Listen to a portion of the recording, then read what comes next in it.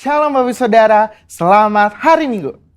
Bulan ini kita merayakan Jumat Agung dan Paskah, yaitu kematian dan kebangkitan Yesus. Oleh sebab itu, pada edisi Voice of Pentecost hari ini, kita akan membahas mengenai apakah kebangkitan Yesus hoax.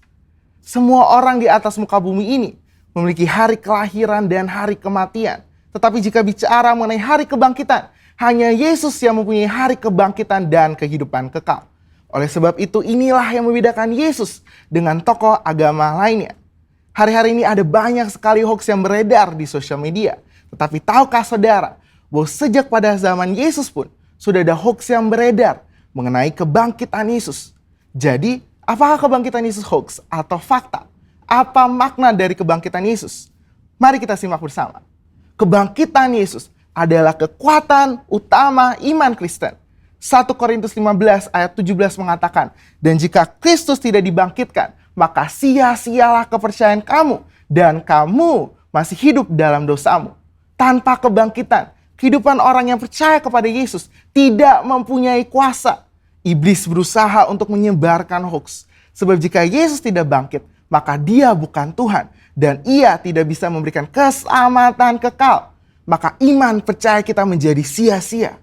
Iblis menyerang salah satunya dengan conspiracy theory yang mengatakan bahwa para murid bersengkongkol telah mencuri mayat Yesus sehingga kuburnya ditemukan oleh para wanita dalam keadaan kosong.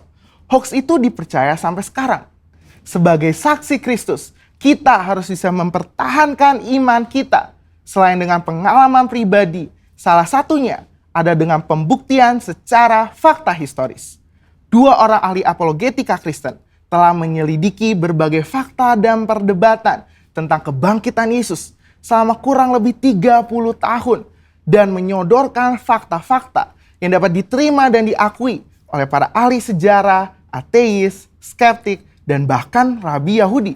Nah, kita akan membahas hanya 5 fakta historis yang mereka temukan mengenai kebangkitan Yesus yang menyatakan bahwa isi dari teori konspirasi tersebut tidak benar.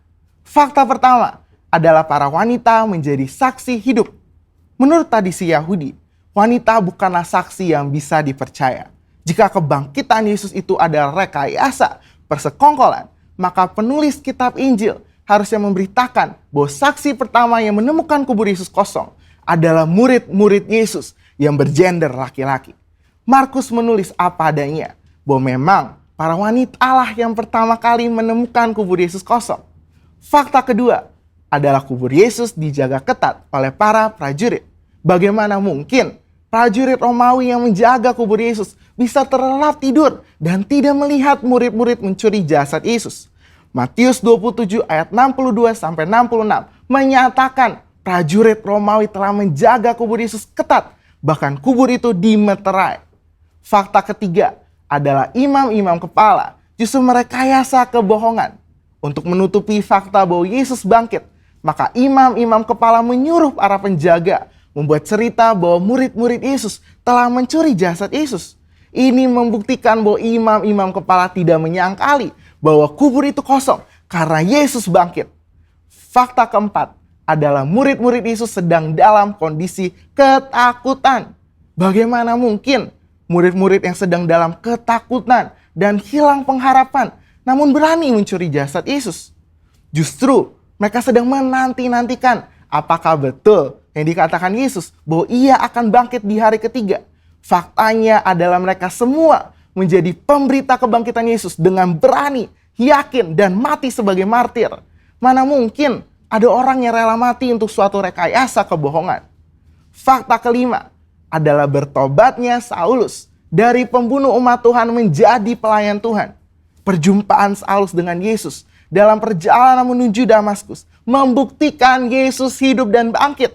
Sehingga Saulus yang menganiaya dan membunuh orang Kristen bertobat menjadi Paulus yang rela memberitakan Injil. Sekalipun dianiaya, dipenjara dan ditindas, akhirnya mati sebagai martir. Sebenarnya masih banyak lagi fakta mengenai kebangkitan. Namun hanya dengan 5 fakta yang kita bahas sudah cukup mengkonfirmasi dan membuktikan bahwa Tuhan Yesus itu benar-benar bangkit. Justru teori konspirasi pencurian mayat Yesus oleh murid-murid itulah yang hoax. Jadi fakta bahwa Yesus telah bangkit dari kematian membuktikan bahwa Dia adalah Tuhan. Dan apa saja yang dikatakannya di dalam Alkitab adalah mutlak benar. Kuasa, kehidupan, dan kekekalan hanya ada di dalam Dia.